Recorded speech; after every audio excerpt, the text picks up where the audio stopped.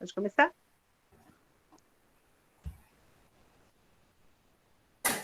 Então, boa noite a todos. Esta é a aula do dia 7 de junho de 2021. Continuamos na pandemia.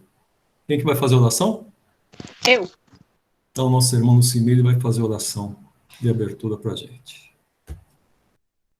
Então, boa noite a todos.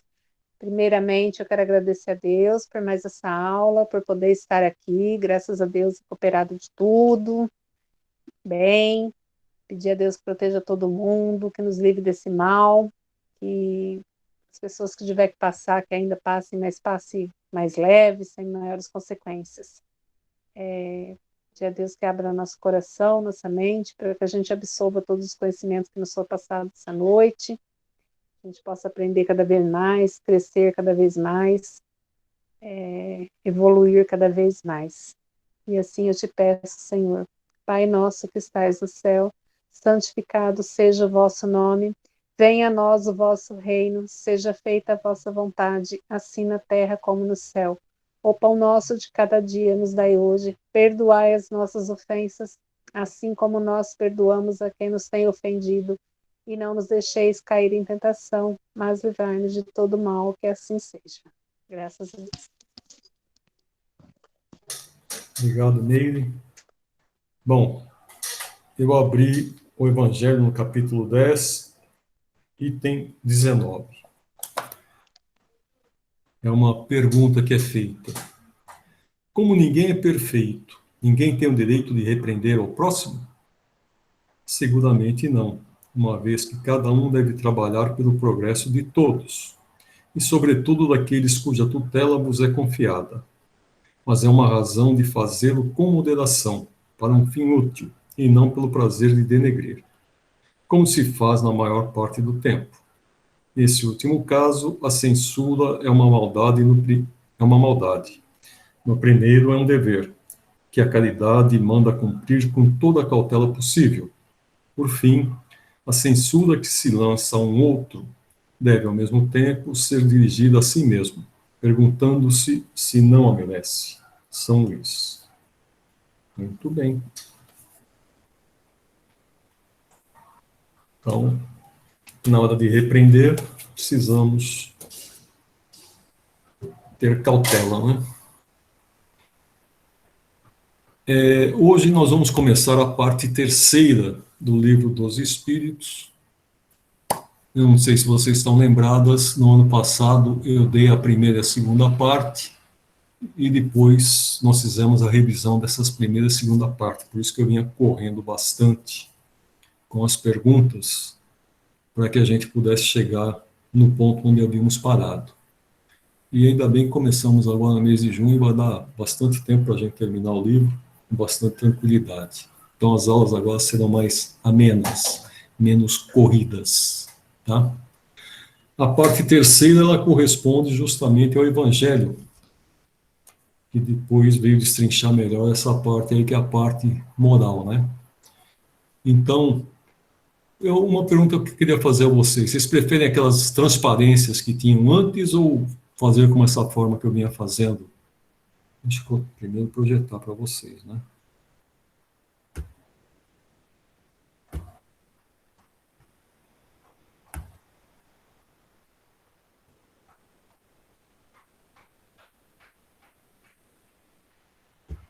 Vou fazer assim, mostrando o texto, ao invés daquelas transparências que a gente ficava correndo um pouquinho por vez. O que vocês preferem? Eu gosto de texto assim. Você gosta assim? Um voto? Mais alguém? Está legal assim. Então tá. Então já ganhou. O terceiro não tem opinião. Então tá. Então a parte terceira, ela fala para a gente das leis morais, tá? O capítulo 1 é sobre a lei divina ou natural. Vocês sabem o que é essa lei natural? Deixa eu esconder aqui. Está escrito ali embaixo. Sabe que é lei natural ou não? Eu já não vou saber explicar agora, eu já escutei falar, mas agora não, para explicar assim, não está me passando. Bom, eu nunca escutei falar, então vou falar do meu jeito. Eu entendo que a lei natural são aquelas leis que são imutáveis, né? Então, por exemplo, um corpo para sobreviver, ele precisa ter um espírito. Será que a ciência vai conseguir clonar um corpo? Com certeza, já estão conseguindo, né? Não fizeram ainda na parte humana, porque a ética não permite que se faça isso. Talvez já tenha até gente fazendo, não seguindo a ética científica, né? Mas uma coisa que as pessoas talvez não saibam é que ao clonar um corpo, se lhe é destinado um espírito diferente daquele que o animava. Então, eu posso ter uma pessoa exatamente igual a outra, com um comportamento totalmente oposto daquele outro, porque trata-se de outro espírito.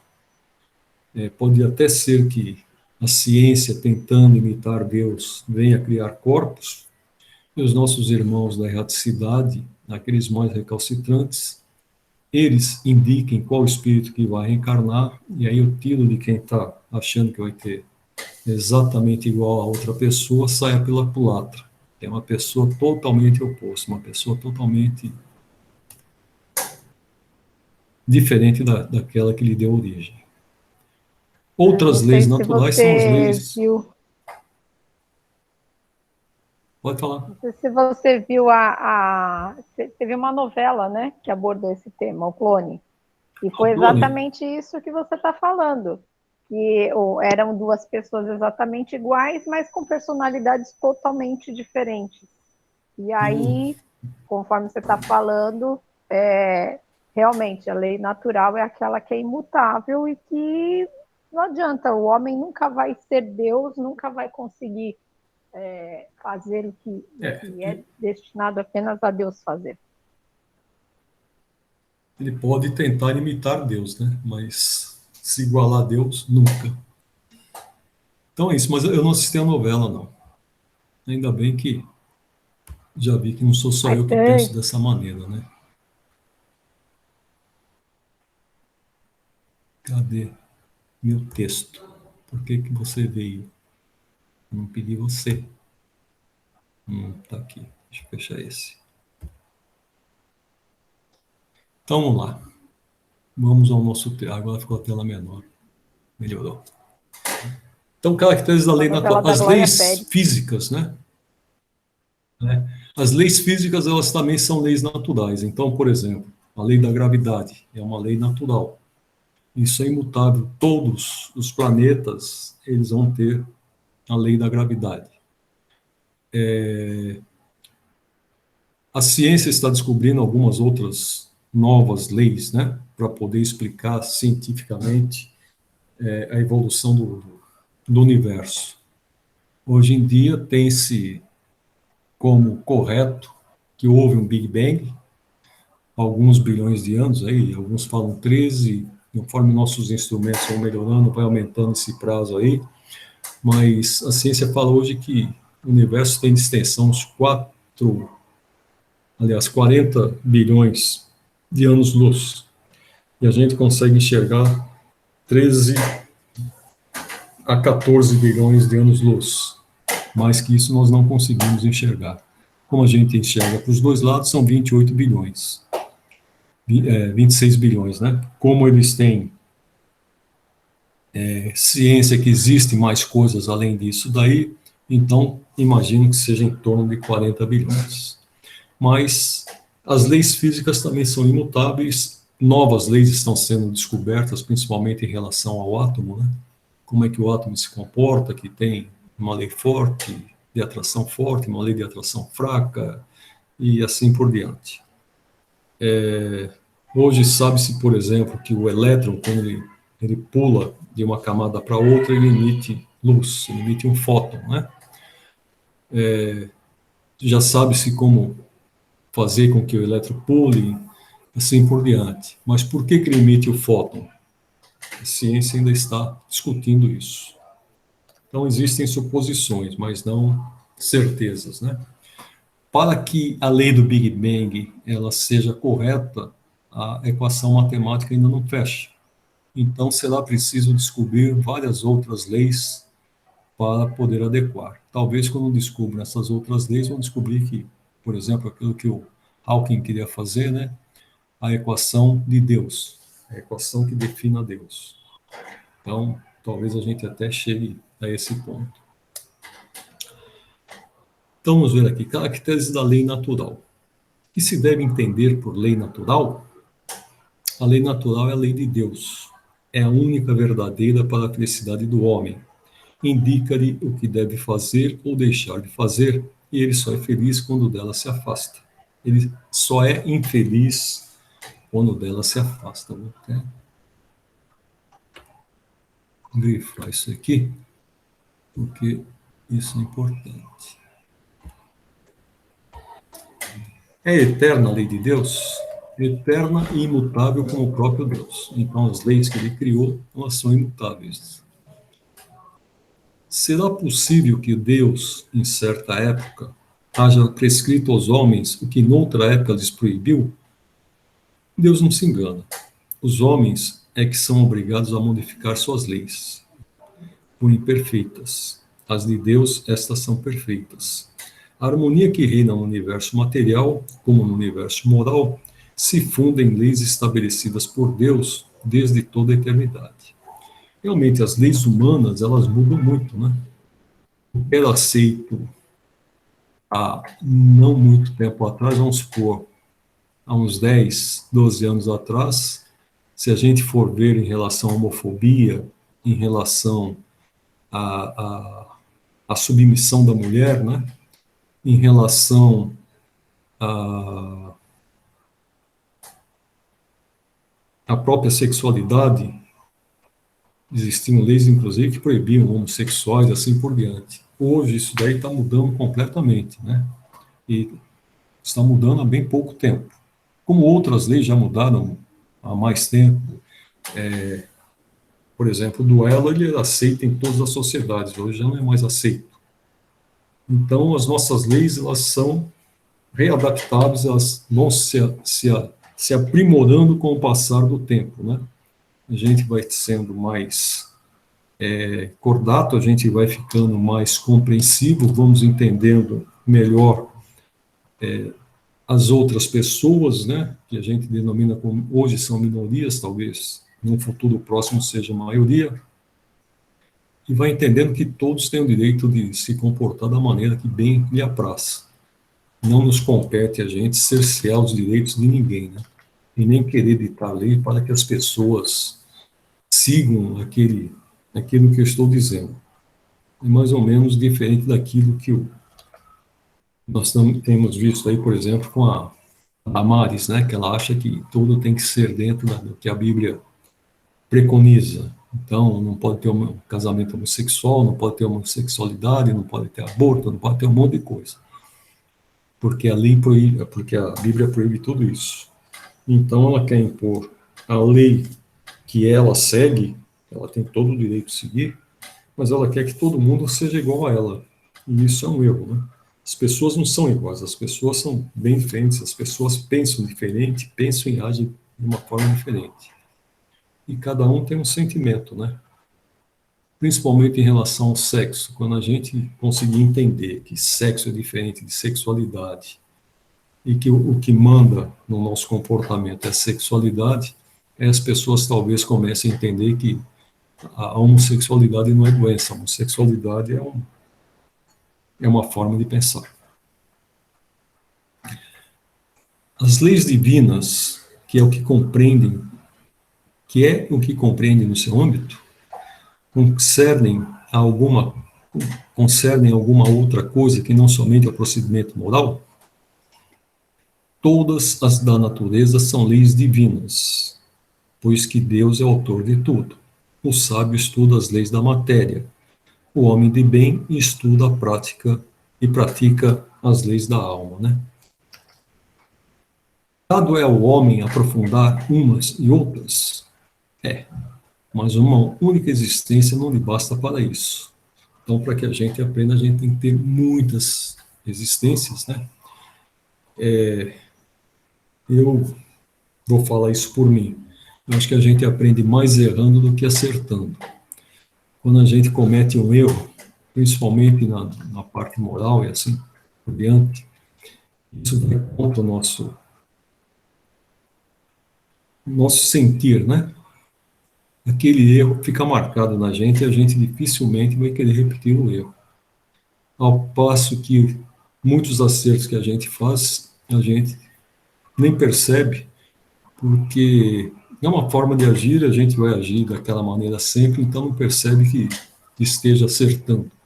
Mas quando a gente erra, o orgulho, ou não sei como definir isso daí, pega no pé da gente, né? A gente não quer mais errar. E talvez por isso que os espíritos respondam aqui, né? É preciso muitas existências para que a gente possa realmente errar bastante para entender aquilo que é bom, aquilo que é o bem, né? E isso também vem contra aquela ideia das igrejas católicas ainda hoje, que a gente tem uma única chance e uma única existência, né? Então, realmente, tendo várias existências, a gente pode errar em algumas e acertar em outras, para que a gente evolua, todos nós, de uma forma constante e persistente. Aqui vem o comentário de Kardec. Efetivamente, que são alguns anos para a aquisição de tudo que se precisa o ser, de tudo que precisa o ser, a fim de se considerar perfeito, embora apenas se tenha em conta a distância que vai do selvagem ao homem civilizado. Insuficiente seria, para tanto, a existência mais longa que se possa imaginar. Ainda com mais forte razão, o será quando curta, como é para a maior parte dos homens. Realmente, na época de Kardec, morria-se cedo, né? Kardec morreu já bem ancião, 65 anos. Para a época dele era uma ideia bem avançada, uma idade bem avançada. Era uma idade que tinha nós tínhamos muitas pandemias, muitas doenças graçavam entre as populações e morria-se com 30, 40 anos com bastante frequência. Se a gente olhar os grandes mestres das músicas, por exemplo, a maioria deles morreu antes dos 50 anos, né? Então, as existências relativamente curtas. Hoje elas já estão se alongando mais em razão da própria ciência, né, que consegue melhorar em muito o padrão de vida que nós temos. Entre as leis divinas, umas regulam o movimento e as relações da matéria bruta, que são as leis da física, né, cujo estudo pertence ao domínio da ciência. As outras dizem respeito especialmente ao homem, considerado em si mesmo e nas suas relações com Deus e com seus semelhantes, que são as leis morais, com as regras da vida do corpo, bem como as da vida da alma, são as leis morais. Está vendo? Você não lê que estava lá no fim. São as mesmas para todos os mundos as leis divinas? A razão está a dizer que devem ser apropriadas à natureza de cada mundo e adequadas ao grau de progresso dos seres que os habitam. Esse texto aqui talvez possa até trazer alguma dúvida para a gente. Vou destacar o texto. Como é que pode mudar de um mundo para o outro? Mas se a gente pensar no mundo perfeito não vai existir pessoas querendo fazer o mal. Então, lá as leis não vão falar dessa parte de fazer mal, porque o mal não existe naquele local. Então, as leis ali devem ser diferentes das nossas, né? No mundo mais feliz que o nosso, no mundo já de regeneração, provavelmente as leis mudem também um pouco, porque nós já vamos ter bem pouco mal sendo produzido e talvez haja alguma mudança nos direcionando mais para fazer o bem, né? para aprender realmente a amar o nosso semelhante de uma forma sem cobranças, né? O conhecimento da lei natural. A todos os homens facultou Deus os meios de conhecerem sua lei? Todos podem conhecê-la, mas nem todos a compreendem. Os homens de bem e os que se decidem investigá-la são os que melhor a compreendem. Todos, entretanto, a compreenderão um dia, porquanto forçoso é que o progresso se efetue. Então, aquelas pessoas que realmente compreendem e fazem, seguem a lei de Deus, né? Essas pessoas são diferenciadas. Não estou dizendo aqueles padres ou pastores que entendem a lei da sua maneira, né? E a fazem da forma como bem entender. E há algum tempo eu li uma notícia que tem um pastor no Espírito Santo que ele dizia que estava na Bíblia. Então toda noiva tem que dormir com ele primeiro, para depois ir por um marido. E ele provava isso daí, ele entendia a Bíblia da maneira dele, né? Já em uma época mais distante aí, havia esse comportamento que a mulher tinha que dormir com o rei na época, né? Tanto assim que o termo em inglês hoje, que é pejorativo, que é o fork, né? Ele era justamente a abreviatura dessa lei aí, que era for, não sei o que, o king, que era para alguma coisa do rei. Teria que vou fazer uma pesquisa melhor para passar esse texto correto para vocês. Mas ficou a abreviatura que hoje é tido como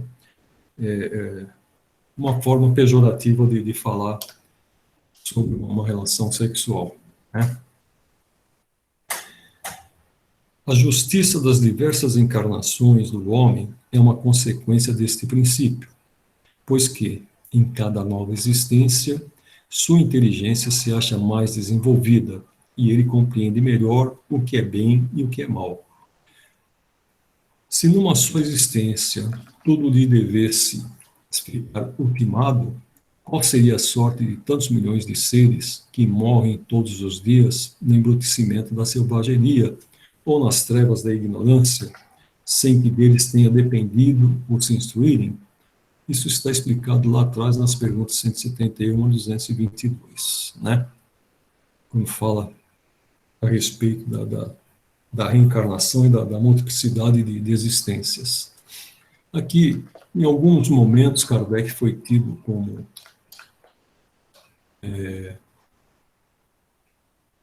uma pessoa, como que é?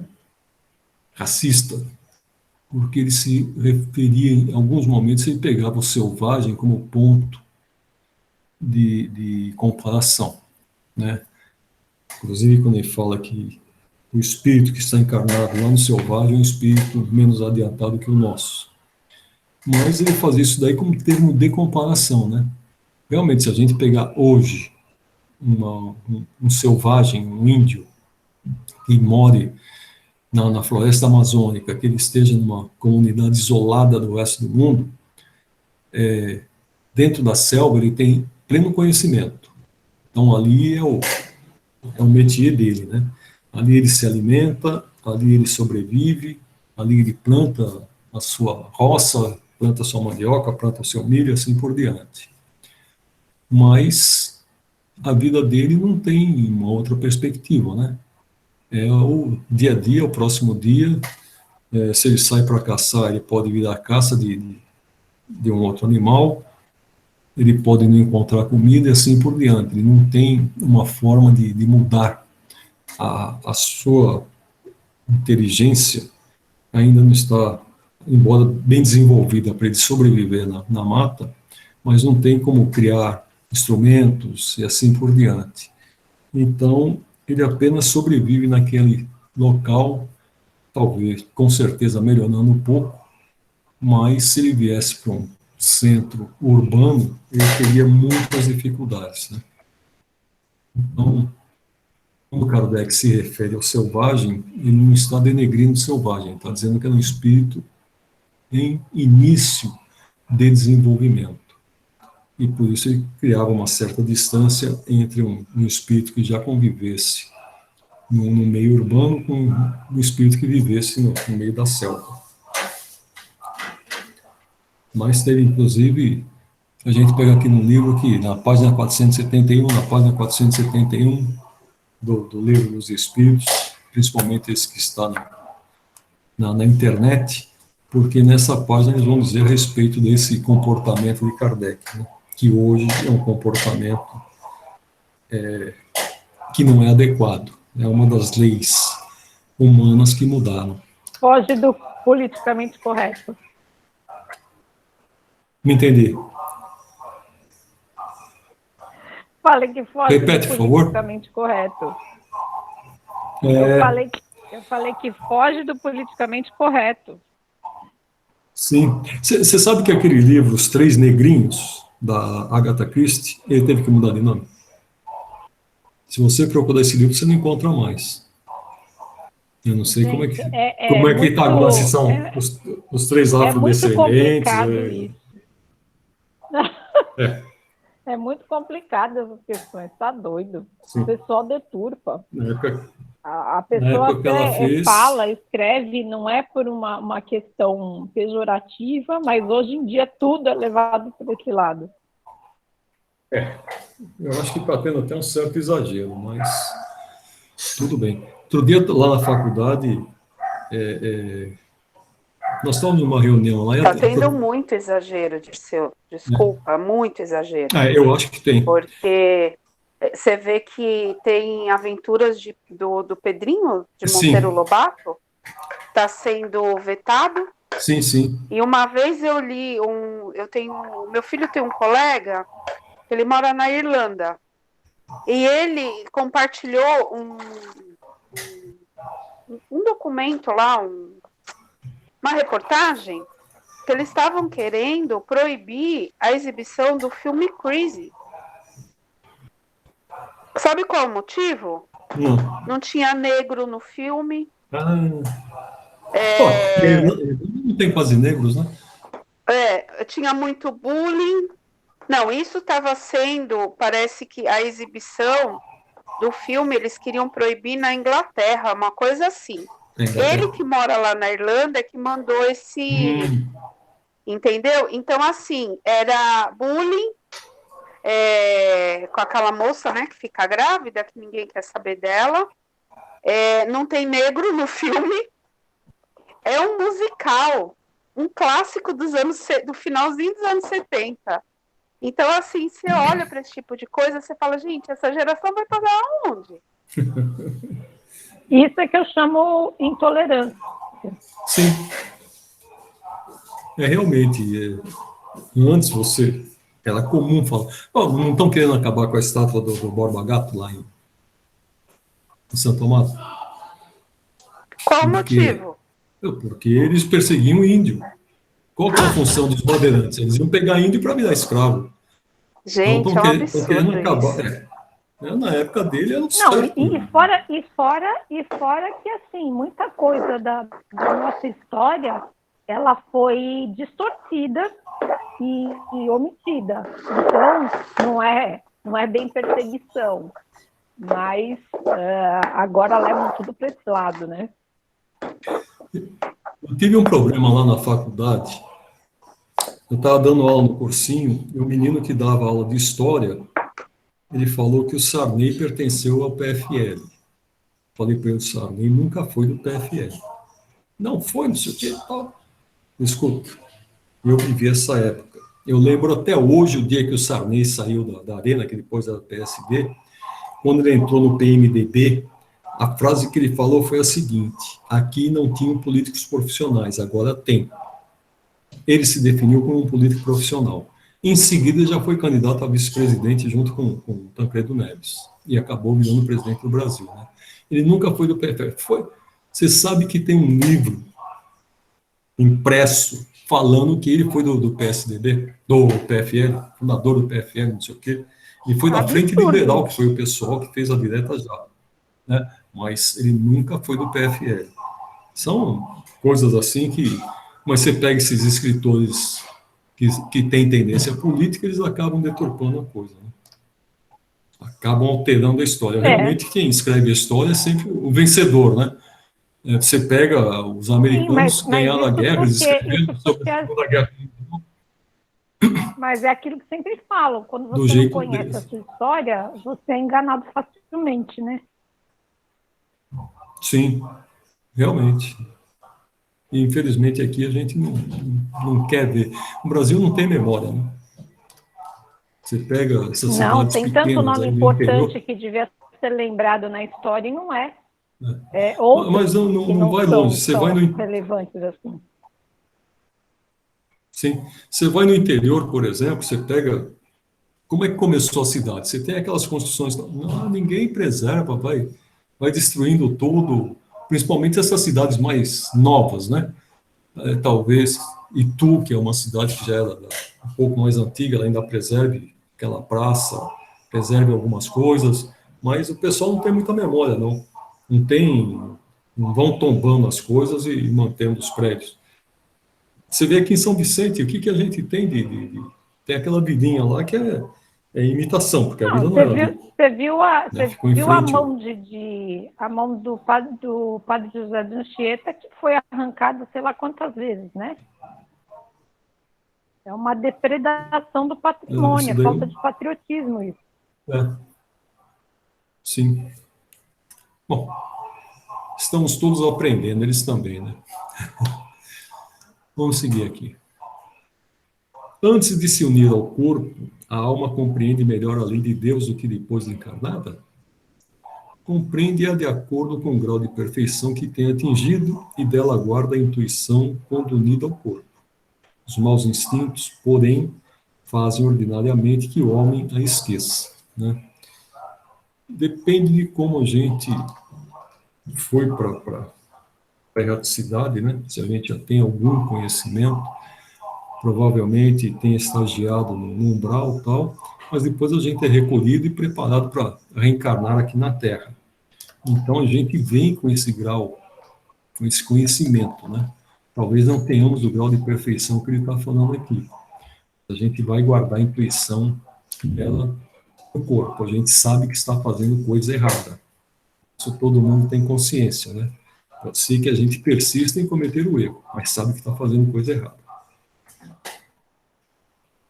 Onde está escrita a lei de Deus? Na consciência, né? É o livre-arbítrio que alguns falam, mas é realmente a nossa consciência. Visto que o homem traz em sua consciência a lei de Deus, que necessidade havia de lhe ser ela revelada? Ele a esquecer e desprezara, quis então Deus lhe fosse lembrada. Talvez por isso, ó, os 10 mandamentos lá que passaram para Moisés, né? Que faz parte das leis de Deus. Confiou Deus a certos homens, a missão de revelarem a sua lei? Indubitavelmente, em todos os tempos houve homens que tiveram essa missão. São espíritos superiores que encarnam com o fim de fazer progredir a humanidade. Em relação a Moisés, tem um livro aí que fala que ele era o capeta, né? Agora não sei quem escreveu, talvez seja até um desses deturpadores de história, como vocês estavam comentando agora. Os que hão pretendido instruir os homens na lei de Deus não se têm enganado algumas vezes, fazendo-os transviar-se por meio de falsos princípios? Certamente hão dado causa a que os homens se transviassem.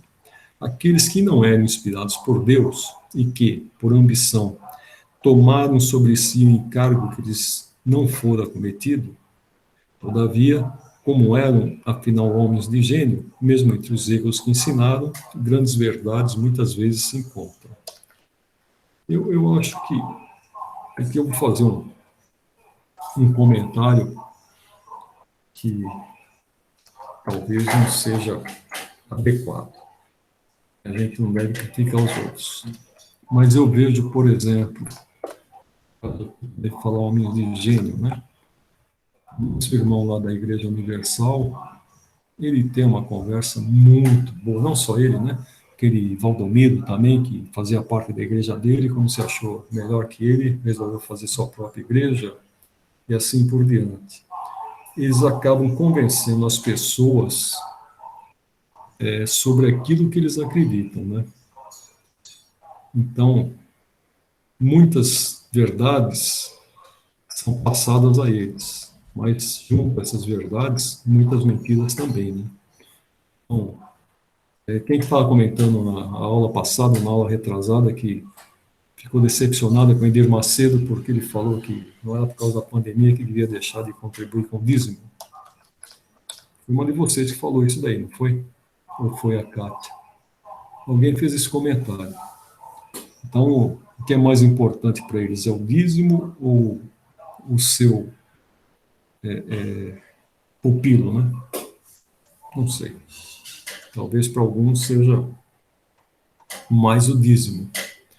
Nós temos um amigo lá no interior, um orador espírita muito bom e bem conhecido na região. Ele foi procurado pelo pessoal da Igreja Universal, oferecendo para eles, montavam uma igreja para ele. Ele teria 6 meses de carência, indicava inclusive os fiéis para frequentarem a igreja dele, mas a partir daí ele tem que começar a dividir o dízimo da igreja com a Igreja Universal. Está na cara que ele negou, né? Ele é um espírita convicto. O problema não é a palavra, né? O problema é a atitude humana. Foi o que ele falou. Ele falou, poxa, eu sou espírita. Não, para a gente não importa. Você tem o poder do convencimento, é isso que nós queremos. Então eles procuram as pessoas que realmente têm o poder de convencimento, né? Que o que importa é muitos deles. Sim, e quando a pessoa ela é deturpada moralmente, ela junta a fome com a vontade de comer. Sim. É bem por aí. Qual o caráter do verdadeiro profeta? O verdadeiro profeta é um homem de bem, inspirado por Deus. Podeis reconhecê-lo pelas suas palavras e pelos seus atos. E isso vale a pena também ser evidenciado. Impossível é que Deus se sirva da boca do mentiroso para ensinar a verdade. Eu acho que aqui também tem, quando ele fala aqui que conhece pelas palavras, né? Tem aquele que tem a palavra, mas não tem a moral, e isso logo você vai conhecer porque os atos dele vão ser mudados, né? Algum tempo atrás eu recebi um vídeo que ela vai gravar, um pastor, ele vai gravar um texto lá, ele começa o texto, não sei o que acontece lá, uma mulher dele, ele vira, ele fala tanta bobagem para a mulher dele e fica tudo gravado no filme ali, né? Então, quer dizer, o cara não tem, ele quer mudar o comportamento dos outros, mas ele, dentro da própria casa, ele não respeita nada, né? O que ele falou para a mulher lá foi bem pesado. Qual o tipo mais perfeito que Deus tem oferecido ao homem para lhe servir de guia e modelo? Jesus. Não precisa falar mais, né? Falar não tem nada. Para o homem, Jesus constitui o tipo da perfeição moral a que a humanidade pode aspirar na Terra. Deus não o oferece como o mais perfeito modelo, e a doutrina que ensinou é a expressão mais pura da lei do Senhor, porque, sendo ele o mais puro de quantos têm aparecido na terra, o Espírito Divino o animava. Quanto aos que, pretendendo instruir o homem na lei de Deus, o têm transviado, ensinando-lhe falsos princípios, isso aconteceu por haverem deixado que os dominassem sentimentos demasiado terrenos, e por terem confundido as leis que regulam as condições da vida da alma, com as que regem a vida do corpo. Muitos são apresentados como leis divinas, simples leis humanas, estatuídas para servir às paixões e dominar os homens. Tem muitos déspotas, né, muitos ditadores, assim por diante, que eles querem ditar própria lei, né? Então, eles querem adaptar a lei a eles. A religião se propôs a isso daí em muitas ocasiões, né? A religião foi usada por reis, por ditadores e assim por diante, para não instruir o povo, pelo contrário, para que o povo ficasse submisso, tanto à igreja quanto àquele que estava no poder. Então, muita gente se tornou ateu em razão desses comportamentos, né? A própria revolução eclesiástica, que quando aparecem os protestantes, foi em razão disso daí, porque a igreja ela só queria receber a sua parte do botim, né? A pessoa, se ela comprasse o perdão, a igreja dava o perdão de qualquer crime que ele tivesse cometido. Então, é uma igreja sem moral. E por isso surgiram os protestantes e houve essa mudança, né? Talvez por isso que eles sejam tão recalcitrantes em seguir aquilo que está escrito na Bíblia, né? Mas nem sempre a interpretação que eles dão é a interpretação correta. É por isso que eu falei que o que vale não é a escritura, é a moral do homem que está acima, Sim. que exerce o poder sobre os outros. E aí acaba denegrindo a imagem da própria instituição. De cada religião. Né? É bem por aí. Por isso que a gente precisa aprender, isso em todas as situações, a julgar o homem, a pessoa que exerce aquela determinada função e que está exercendo mal, seja ela onde for, e não a instituição.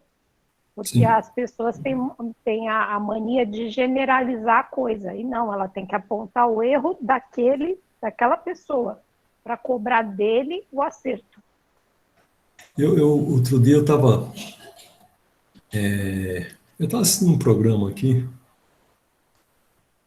era um filósofo, tinha um bispo que estava falando, o bispo estava sendo entrevistado, aí pediram para o filósofo fazer uma pergunta a ele. Foi até o Karnal? Ou foi não, como que é? Pondé. Não sei qual dos dois que fez, acho que foi o Pondé. Ele perguntou para o bispo o que ele deveria fazer para ter uma igreja que perdurasse por 2000 anos. Né? E realmente a Igreja Católica está aí há 2000 anos. Já fez coisas muito erradas, já fez coisas muito certas, né? Mas há 2000 anos que ela está sobrevivendo. Ela é a mais antiga das religiões que aceitam adeptos, né? Porque o judaísmo é mais antigo que o cristianismo, mas o judaísmo ele não aceita adeptos. Eu não posso me converter ao judaísmo, só poderia me converter se minha mãe fosse judia. O pai judeu não dá direito ao filho que ele seja judeu. A mãe tem que ser judia, porque é uma igreja matriarcal. Então, isso daí é interessante, né? A Igreja Católica ela foi se adaptando com o tempo, e ela sobrevive há 2000 anos aí. Ela até, acho que ainda hoje é a maior do mundo, mas já está perdendo para os muçulmanos, né? E perde porque hoje os católicos eles não querem ter filhos, o muçulmano tem 5, 6 de uma vez. Então estão aumentando a população do mundo. Não sei se vocês sabem, a França, em 2030, ela vai ser o primeiro país muçulmano da Europa. De tanto muçulmano que tem lá, que está tendo um monte de filho, e o francês não quer ter filhos. Sim. Então, a coisa vai virar lá. Então, é o seguinte. Só por Jesus foram reveladas as leis divinas e naturais? Antes do seu aparecimento, o conhecimento dessas leis, só por intuição os homens tiveram?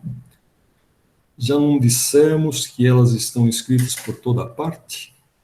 Desde os séculos mais longínquos, todos os que meditaram sobre a sabedoria hão podido compreendê-las e ensiná-las.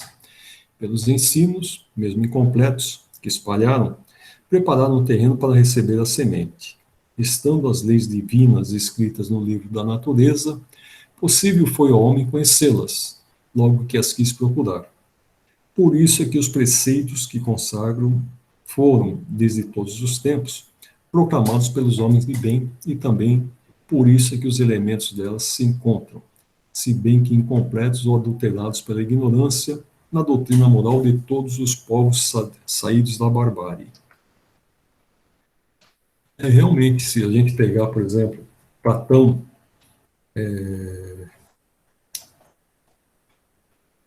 antes dele, o Sócrates, né, já pregavam praticamente a mesma coisa que o Cristo falou, só que não fizeram, falando como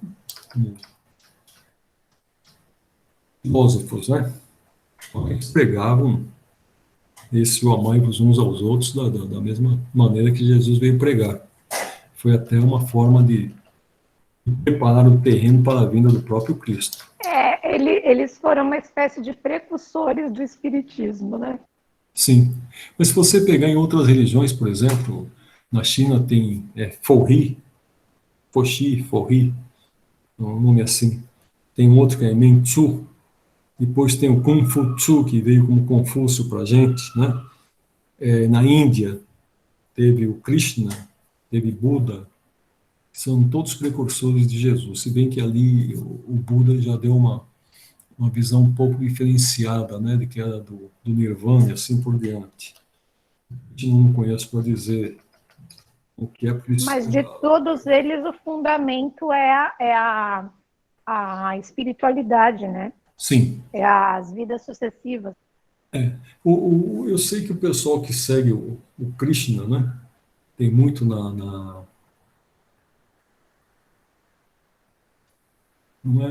Filipinas, naquela região. Filipinas hoje é muçulmano. Mas tem aqueles que seguem mais raiz.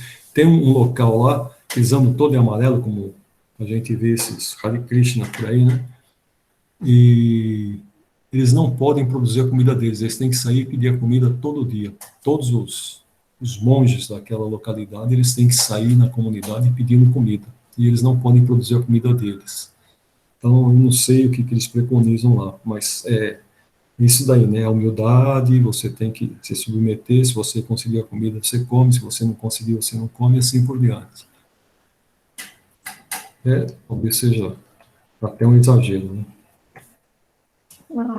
Eu acho um absurdo, né? Respeito, mas acho um absurdo, porque a gente nunca ouviu que ser humilde tem que se subjugar ao outro ou se humilhar. Não é necessidade disso. Ser humilde é você saber a sua condição e você fazer o bem, sem olhar quem, e não exercer, querer exercer autoridade sobre o outro, nada disso. Mas eu acho que tem algum fundamento desse tipo, porque eu lembro aquelas pessoas, hoje em dia, faz muito tempo que eu não vejo, mas quando eu era mais jovem, que eu trabalhava no centro de São Paulo ali, eu via eles todos de amarelo, cabeça raspada, e todos eles pedintes, todos pedindo alguma coisa, entendeu? Então eles Sim, eu já vi. Eles ofereciam, tocavam sino, falavam alguma coisa, mas eles estavam pedindo esmola. Talvez seja o preceito da própria reunião. Né? Bom, mas é como você falou, eles são espiritualistas, então talvez seja uma forma daquele espírito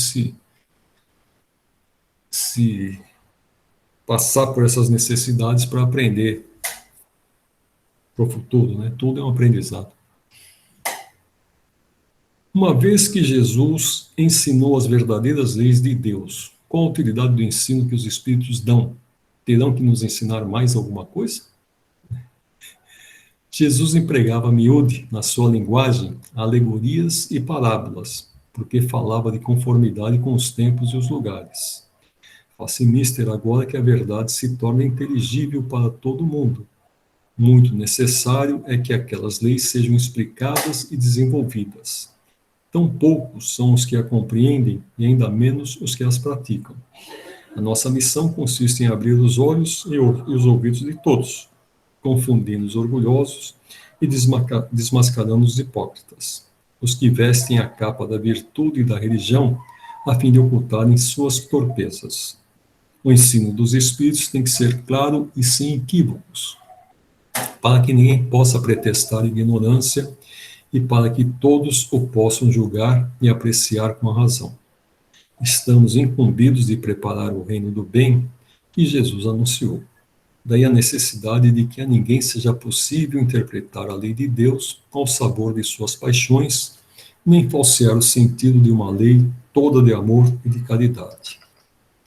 Eu assisti esses dias ao filme sobre a vida da irmã Teresa de Calcutá. E é interessante porque ela não queria nada, ela começou a querer atender os pobres, né? Ela era de uma não é seita, no caso ali, de uma irmandade que era reclusa, não poderia sair do local, então ela dava aula para outras noviças, e ela pede permissão para ela poder sair para atender os pobres que os hindus deixavam as pessoas morrerem na rua. E ela se propõe a atender esse tipo de pessoas. Aí tem um padre que intercede por ela, conversa com o bispo pede ordem para Roma, e Roma acaba dando para o Vaticano acaba dando permissão que ela faça isso daí por um tempo limitado. E ela começa a fazer a sua missão, e algumas alunas vão procurá-la e vão auxiliá-la, né? É interessante que a superior da escola onde ela lecionava, que é a superior da ordem que ela pertence, né? Ela acaba indo contra, porque está tirando as alunas dela, ela não vê a caridade que a outra está fazendo, ela vê a sua necessidade de ter alunas ali, as alunas não querem mais seguir, não querem mais se dedicar a serem budistas, né? Elas querem ajudar a outra irmã. Então, você vê o choque de uma que deveria ser a superior, ela vai até reclamar com o bispo lá, e o bispo acaba dando contra ela lá, porque ela queria tirar a Teresa de Calcutá da ordem. O que eles fizeram? Abriram uma nova ordem e passaram para a Teresa, para não conflitar com elas, pediu para criar uma nova ordem. E o Vaticano acabou criando a ordem das irmãs de Calcutá, lá, alguma coisa assim. Por que a verdade não foi sempre posta ao alcance de toda a gente? Importa que cada coisa venha a seu tempo. A verdade é como a luz. O homem precisa habituar-se a ela pouco a pouco, no contrário, fica deslumbrado. Jamais permitiu Deus que o homem recebesse comunicações tão completas e instrutivas como as que hoje lhe são dadas. Havia, como sabeis, na antiguidade, alguns indivíduos possuidores do que eles próprios consideravam uma ciência sagrada, e da qual faziam um mistério para os que, aos seus olhos, eram tidos como profanos, por profanos. Pelo que conheceis das leis que regem estes fenômenos, deveis compreender que esses indivíduos apenas recebiam algumas verdades esparsas, dentro de um conjunto equívoco, e, na maioria dos casos, emblemático. Entretanto, para os estudiosos, não há nenhum sistema antigo de filosofia, nenhuma tradição, nenhuma religião que seja desprezível, pois em tudo há germes de grandes verdades, que, se bem pareçam contraditórias entre si, dispersas que se acham em meio de acessórios sem fundamento, facilmente condenáveis se vos apresentam, graças à explicação que o Espiritismo dá de uma imensidade de coisas que até agora se vos afiguraram sem razão alguma e cuja realidade está hoje irrecusavelmente demonstrada. Não desprezeis, portanto, os objetos de estudo que esses materiais oferecem. Ricos eles são de tais objetos e podem contribuir grandemente para a vossa instrução. Então, toda religião traz no seu bojo coisas boas, né? Basta a gente começar a tentar entender as outras religiões para conhecer a sua profundidade. O bem e o mal. Que definição se pode dar da moral? A moral é a regra de bem proceder, isto é, de distinguir o bem do mal. Funda-se na observância da lei de Deus. O homem procede bem quando tudo faz pelo bem de todos, porque então cumpre a lei de Deus. Não adianta fazer só para alguns, né? Tem que fazer para todos. Como se pode distinguir o bem do mal? O bem é tudo que é conforme a lei de Deus. O mal, tudo que lhe é contrário. Assim, fazer o bem é proceder de acordo com a lei de Deus. Fazer o mal é infringi-la. Tem meios o homem de distinguir por si mesmo o que é bem do que é mal? Sim, quando crê em Deus e o quer saber, quando crê em Deus e o quer saber. Deus lhe deu a inteligência para distinguir um do outro. É aqueles dois. O Walt Disney fazia bem isso daí, né? Diabinho de um lado, o anjinho do outro. Então é a nossa consciência, esse conhecimento interior que a gente tem. Nós sabemos quando estamos fazendo bem e quando estamos fazendo mal. Estando sujeito ao erro, não pode o homem enganar-se na apreciação do bem e do mal e crer que pratica o bem quando em realidade pratica o mal? Jesus disse: vede o que queríeis que vos fizessem, ou não vos fizessem. Tudo se resume nisso: não vos enganareis. Então, se a gente acha que faz bem para a gente pode fazer para o próximo. Se a gente acha que faz mal para a gente não deve fazer para o próximo. Né? Bem simples a regra aqui que ele passa. A regra do bem e do mal, que se poderia chamar de reciprocidade ou de solidariedade, é inaplicável ao proceder pessoal do homem para consigo mesmo? Achará ele, na lei natural, a regra desse proceder e um guia seguro? Quando comeis em excesso, verificais que isso vos faz mal. Pois bem, é Deus quem vos dá a medida daquilo de que necessitais. Quando excedeis dessa medida, sois punidos. Em tudo é assim. A lei natural traça para o homem o limite das suas necessidades. Se ele ultrapassa esse limite, é punido pelo sofrimento.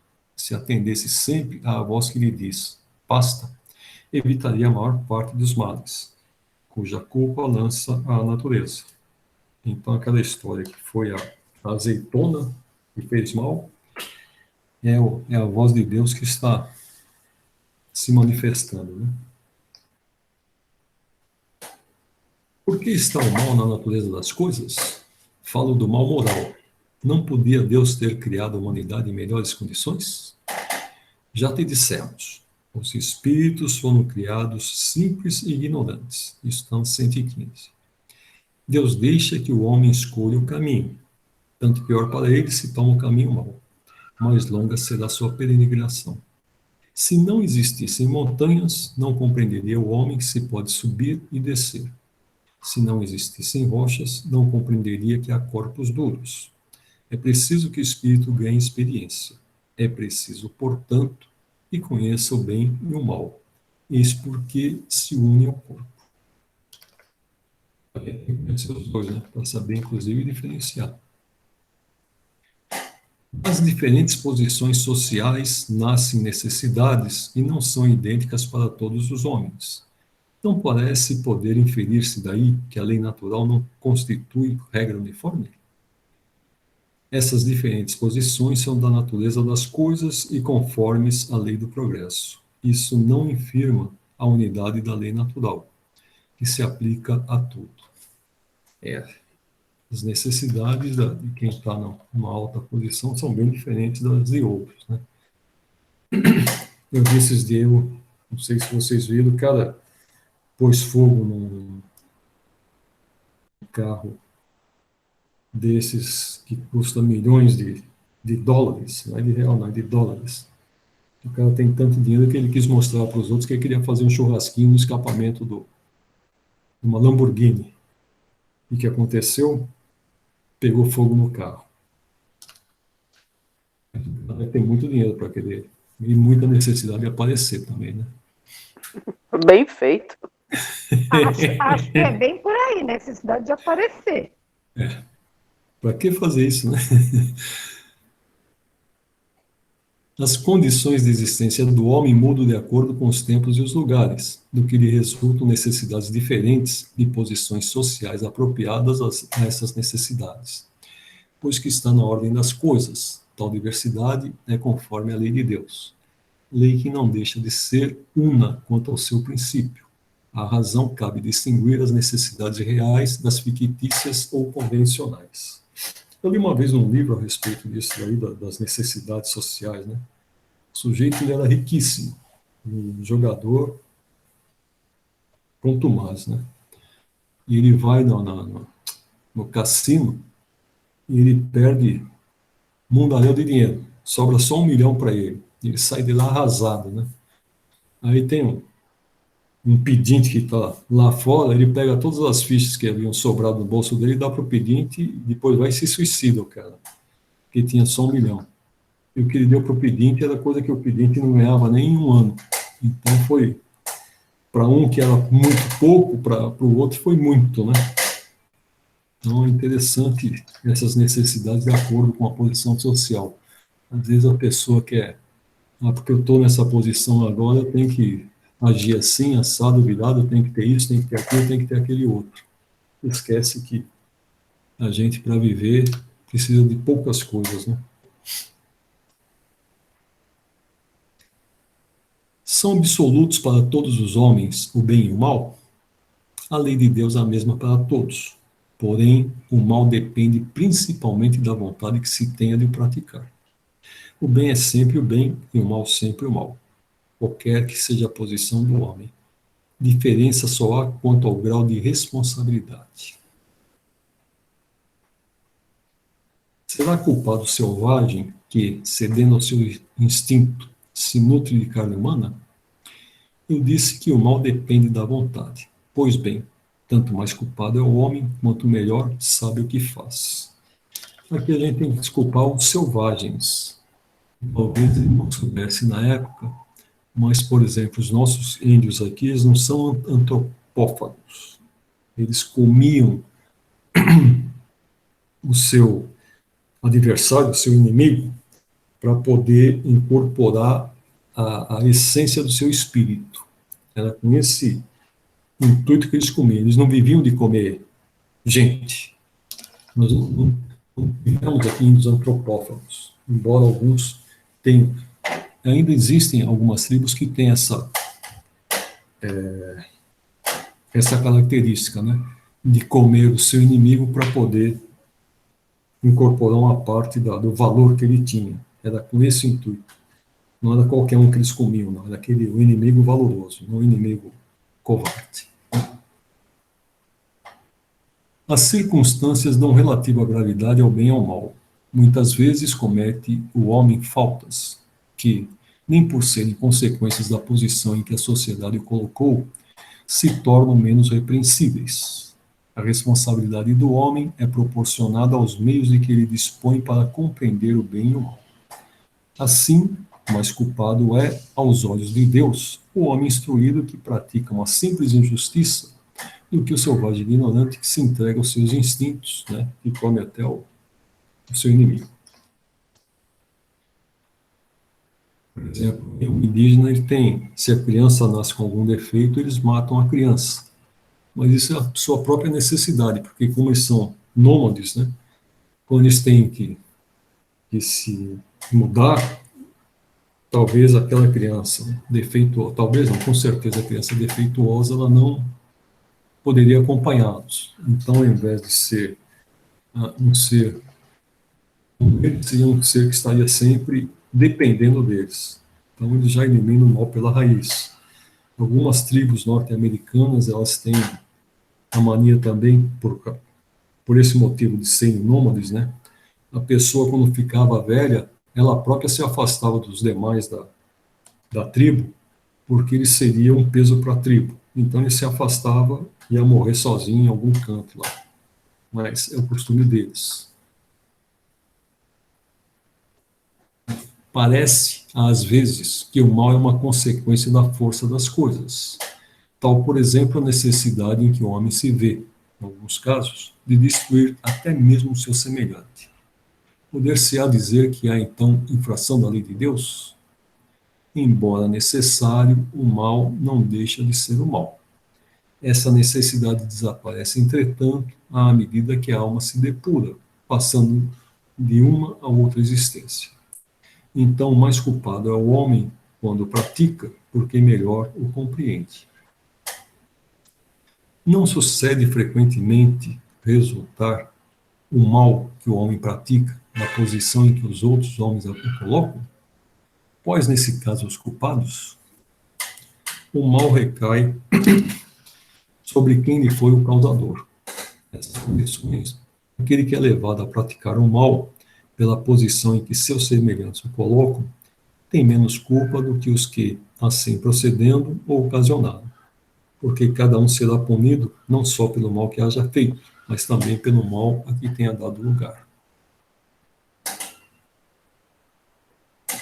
Então, essas pessoas que contratam outros para praticar os seus crimes, né, são mais culpados do que aquele, porque ele tem consciência de que ele está fazendo mal, só que ele não quer sujar as próprias mãos. Então, vai fazer mais um mal, e vai arrolar uma outra pessoa para cometer o mal que ele queria ele fazer. Né?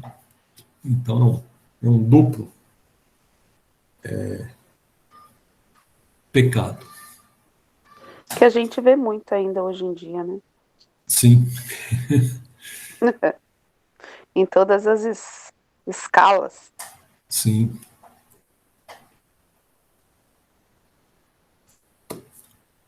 Aquele que não pratica o mal, mas que se aproveita do mal praticado por outrem, é tão culpado quanto este? É como se o houvera praticado. Aproveitar do mal é participar dele. Talvez não fosse capaz de praticá-lo, mas, desde que, achando o feito dele tira partido, é que o aprova. É que o teria praticado se puder ou se usara. Realmente tem muitas pessoas que se aproveitam da calamidade É conivente. dos outros, né? Ele é conivente. Eu não vou Sabe fazer onde eu isso. vi isso? A minha filha me convidou para assistir uma série. Eu fiquei traumatizada com a série. Ela adorou. Eu nem terminei de assistir. A série chama Chernobyl. O que aconteceu na cidade de Chernobyl, né? Lá no. Eu conheço, eu não assisti, mas eu conheço. Minha filha estava assistindo quando eu fui para os Estados Unidos. Então, é muito boa essa série, Dirceu. Mas eu vou falar uma coisa para você. É tanta maldade, é tanta injustiça que, bom, se tratando de Rússia, dos políticos, como é que se fala? Vamos esconder isso, porque imagina a Rússia ter cometido um erro, não pode. E eu, falar a verdade, eu nem terminei de assistir a série ainda. Ela terminou ontem, até estava me contando hoje. O cara até que falou, não falou a verdade, foi condenado, ele até se suicidou depois de 2 anos, sendo que ele colocou tudo o que realmente aconteceu dentro da usina, né? Você vê no julgamento o cara que deu a ordem falando que não tinha dado a ordem, e o outro falando, você deu a ordem, você entendeu? Então é muito pesada a série, eu achei muito pesada, mas eu acabei assistindo 3 episódios, ficou faltando 2. Mas não sei se eu vou assisti completar, também não. essa série. Mas você não Agora vai vamos pensar, ao Holocausto, né? Porque ela quer assistir o Holocausto. Jesus! mas não vá pensar que os nossos políticos são diferentes, viu? Nem Não, aqui, nem no por mundo isso que eu tô inteiro, assim. falando. Por isso que eu tô falando. Você vê uma coisa que aconteceu em 86, e claro, antes já acontecia, e acontece até hoje, né? Até Sim. hoje tem quem tem mais Quem tem a manda, palavra, quem manda e quem obedece, né? faço o que eu mando, mas não faço o que eu faço, né? A gente tá vivendo uma situação dessa aqui, né? Sim, Você tem quem manda e quem obedece. e quem obedece, é verdade. Por E isso que as depois, e injustiças depois são cometidas, porque e, tem quem acate as leis arbitrárias, as ordens arbitrárias. sim. Sim, tem um cara lá, esse mesmo que se suicidou, ele tinha que falar, eu nem prestei tanta atenção, mas ele tinha que falar o, lá numa reunião, tal, ou o outro que é acima dele, falou, mas você não pode falar determinadas coisas. Ele falou, mas foi o que aconteceu. Sim, mas você não pode falar. Então, a consciência dele pesou tanto, tanto, que ele pôs tudo em fita, né? Na época aparece ele gravando as fitas cassete, e ele se suicidou.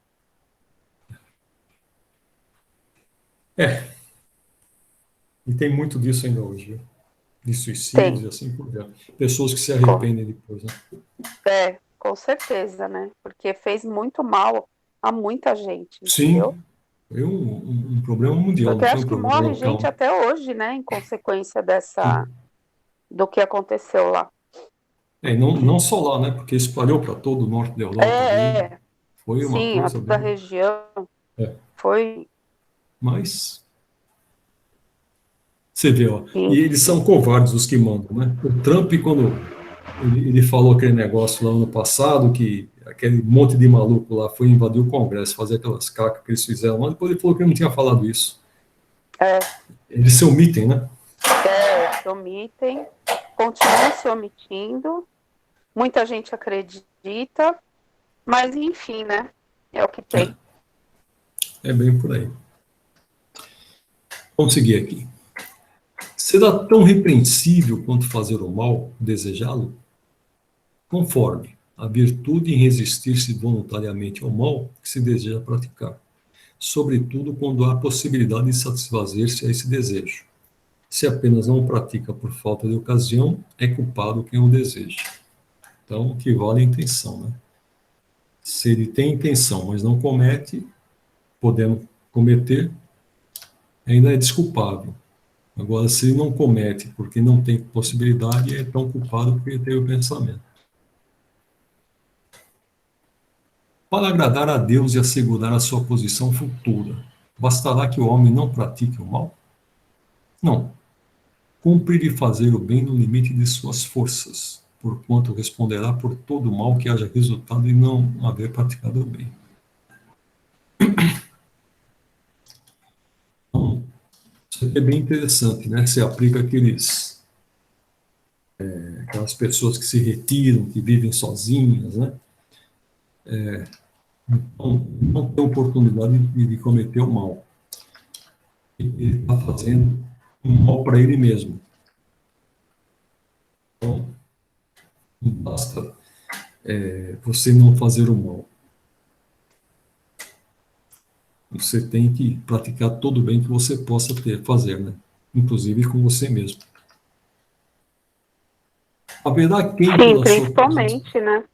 Sim. Haverá quem pela sua posição não tenha a possibilidade de fazer o bem? Não há quem não possa fazer o bem. Somente egoísta nunca encontra ensejo de o praticar. Basta que se esteja em relações com outros homens para que se tenha ocasião de fazer o bem. E não há dia da existência que não ofereça, a quem não se ache cego pelo egoísmo, oportunidade de praticá-lo. Porque fazer o bem não consiste para o homem apenas em ser caridoso, mas em ser útil, na medida do possível, todas as vezes em que o seu concurso venha a ser necessário. Nós vamos ver um pouco mais para frente aqui a respeito do trabalho. Fala dessa parte aqui de como ser útil. Para certos homens, o meio onde se acham colocados não representa a causa primária de muitos vícios e crimes? Sim, mas ainda aí há uma prova que o espírito escolheu, quando em liberdade, levado pelo desejo de expor-se à tentação para ter o mérito da resistência. Então a gente vê muitas crianças aí nessa ONG, bom, trabalhando naquele núcleo ali de viciados, de morro e assim por diante, né? Crianças hoje que são praticando esportes, que foram salvas pelo esporte. Então, são esses espíritos que estavam naquele meio, mas são levados pelo desejo de mudar, né? E ser, inclusive, um exemplo para aqueles que ficam ali. Quando o homem se acha, de certo modo, mergulhado na atmosfera do vício, o mal não se lhe torna um arrastamento quase irresistível? Arrastamento, sim. Irresistível, não. Porque mesmo dentro da atmosfera do vício, com grandes virtudes às vezes depara. São espíritos que tiveram a força de resistir e que, ao mesmo tempo, receberam a missão de exercer boa influência sobre os seus semelhantes. Estará subordinado a determinadas condições um mérito do bem que se pratique? Por outra, será de diferentes graus o mérito que resulta da prática do bem? O mérito do bem está na dificuldade em praticá-lo. Nenhum merecimento há em fazê-lo sem esforço e quando nada custe. Em melhor conta tem Deus o pobre que divide com o outro seu único pedaço de pão do que o rico que apenas dá o que lhe sobra, disse o Jesus a propósito do óbolo da viúva. Realmente, né? O que mais contribuiu ali no gasofilácio. Divisão da lei natural. A lei de Deus se acha contida toda no preceito do amor ao próximo, ensinado por Jesus? Certamente, este preceito encerra todos os deveres dos homens uns para com os outros. Cumpre, porém, se lhes mostra a aplicação que comporta, do contrário deixarão de cumpri-lo, como fazem presentemente. Ademais, a lei natural abrange todas as circunstâncias da vida, e esse preceito compreende só uma parte da lei. Aos homens são necessárias regras precisas. Os preceitos gerais e muito vagos deixam um grande número de portas abertas à interpretação. Realmente, tem que ser bem escrito, né? Eu tinha um chefe que ele dizia, ele era suíço, ele falava, brasileiro não sabe fazer lei. Então, na época, era proibido importar computador, mas a lei só falava isso daí. O que acontece? As empresas começaram a trazer, os nossos concorrentes, principalmente na época, né, começaram a trazer, como tinha uma lei de livre comércio na América Latina, um trouxe para o México, o outro para a Argentina e assim por diante, e eles traziam os computadores aqui para o Brasil. E a Suíça, como não quis fazer isso daí, acabou ficando fora do mercado. A Suíça, se fosse fazer uma lei, me faria é proibido importar computadores oriundos do Brasil. Aí não importa de onde, por onde entrasse, que ele já matava o caso, né? E no nosso caso lá, eles falam que era proibido importar da Europa, por exemplo. Eles traziam aqui da América Latina, já tinham superado a lei escrita. Nossas leis, né? Sempre com brechas de um lado ou de outro. Então, para isso que existem os advogados, né? né?